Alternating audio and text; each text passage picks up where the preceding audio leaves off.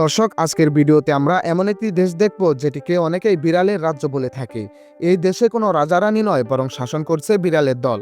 হ্যাঁ, শুনতে কল্পকাহিনী মনে হলেও তুরস্কের ইস্তাম্বুল এমন একটি শহর যেখানে ঘুরে বেড়ায় হাজার হাজার বিড়াল। তাই অনেকেই মজার ছলে ইস্তাম্বুলকে ডাকেন ক্যাট ইস্তাম্বুল নামে।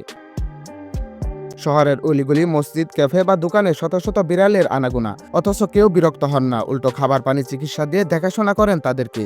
ইস্তাম্বুল আর বিড়ালের সম্পর্ক আজকে নতুন নয়। বিবিসিতে প্রকাশিত একটি নিউজে বলা হয়েছিল শহরটি বাইজেন্টাইন সাম্রাজ্যের সময় থেকেই বিড়ালের বসবাস ছিল। সেই সময় বাণিজ্যিক জাহাজে ইঁদুরের উপদ্রব কমাতে বিড়াল রাখা হতো। আর তখন সমুদ্র বাণিজ্যের গুরুত্বপূর্ণ স্থান ছিল ইস্তাম্বুল। বিভিন্ন দেশ থেকে বাণিজ্যিক জাহাজে করে হাজার হাজার বিড়াল এসে বসবাস শুরু করে এই শহরটিতে। আর উসমানী সাম্রাজ্যের সময়ও এই বিড়ালকে রাখা হয় পবিত্র সহায়ক প্রাণী হিসাবে, কারণ তারা খাদ্যশস্যের গুদামঘর আর লাইব্রেরিগুলোকে ইঁদুরের হাত থেকে সুরক্ষা দিত। এমনকি ইস্তাম্বুলে হাঁটলে দেখা যায় রাস্তাঘাটে, বাজারে, ক্যাফে এবং মসজিদেও ঘুরে বেড়ায় শত শত বিড়াল। অনলাইন নোম্যাডস ওয়েবসাইটে প্রকাশিত একটি লেখায় বলা হয়েছিল ইস্তাম্বুল শহরের প্রতিটি এলাকায় রয়েছে খাবার এবং পানির পাত্র। এখানে সকল মানুষ নিজ নিজ উদ্যোগে সেখানে খাবার ও পানি রেখে দেয়।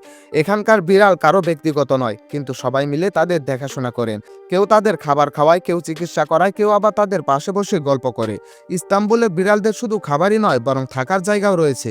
প্রায় জিপিএস ব্লগে বলা হয়েছে অনেক মানুষ তাদের দোকানের সামনে বা বাড়ির পাশে ছোট ছোট ঘর তৈরি করে রাখেন, যাতে করে ঝড় বৃষ্টির মধ্যে বিড়ালগুলো আশ্রয় পেতে পারে। অনেক সময় পর্যটকরা ক্যাফেতে বসে থাকলে বিড়াল তাদের টেবিলের উপরে এসে খাবারের পাশে বসে যায়, কিন্তু আশ্চর্যের বিষয় হলো এতে কেউ বিরক্ত হয় না, উল্টো আনন্দ পায় এবং তাদের সাথে ছবি তুলতে থাকে। শুধু স্নেহ নয়, বিড়াল এবং ইস্তাম্বুলের সম্পর্কের সাথে রয়েছে এক ধরনের সম্মান। অনেক তুর্কি বিশ্বাস করেন বিড়াল একটি বরকতময় প্রাণী, এবং ইসলামিক ইতিহাসেও রয়েছে মহানবী সাল্লাল্লাহু আলাইহি ওয়াসাল্লামের সাথে বিড়ালের ভালোবাসার গল্প। এখানে স্থানীয়দের আচরণে এই গল্পের বাস্তব প্রতিফলনও দেখা যায়। ইস্তাম্বুলের আইনগতভাবেও এই বিড়ালগুলো সুরক্ষার আওতায় রয়েছে। গো টার্কি ওয়েবসাইটে প্রকাশিত একটি তথ্যে বলা হয়েছে তুরস্কের রাস্তার প্রাণীদের ক্ষতি করা আইনত এবং দণ্ডনীয় অপরাধ। এমনকি বহু জায়গায় সরকার এদের চিকিৎসা, খাবার এবং বিভিন্ন প্রয়োজন মেটানোর জন্য ক্লিনিকও তৈরি করে রেখেছেন। ক্যাট ইস্তাম্বুল নামটি শুধু মজার ছলি নয়, বরং বাস্তব সাংস্কৃতিক পরিচয়। দ্য প্যারিস রিভিউ বলা হয়েছে ইস্তাম্বুলের মানুষ বিড়ালদেরকে পোষে না, বরং একসঙ্গে বসবাস করেন। পর্যটকদের কাছে বিড়াল হয়েছে ইস্তাম্বুলের একটি প্রতীক। কেউ তাদের সঙ্গে ছবি তুলে সময় কাটায়, আবার কেউ দূর থেকে দেখে তৃপ্তি পায়। ইস্তাম্বুলের রাস্তায় হাঁটলে মনে হয় শহরের রাস্তার ইট, নীল সমুদ্র আর হাজার বছরের ইতিহাসের পাতায় রাজকীয়ভাবে এই বিড়ালগুলো যেন ইস্তাম্বুলের প্রতিফলন। হয়তো এই কারণেই অনেকেই বলেন এটি মানুষের শহর নয়, বরং বিড়ালের স্বর্গ।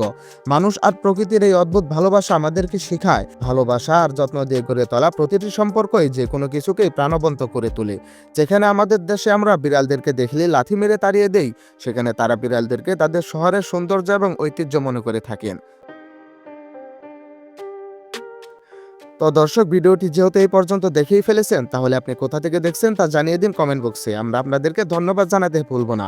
আর আপনি যদি এইরকম রহস্যময় ইন্টারেস্টিং ভিডিও দেখতে পছন্দ করে থাকেন, তাহলে অতল পৃথিবীর ইউটিউব চ্যানেলটি সাবস্ক্রাইব করে রাখেন। আমরা প্রতিনিয়ত এইরকম রহস্যময় ডকুমেন্টারি ভিডিও আপলোড করে থাকি।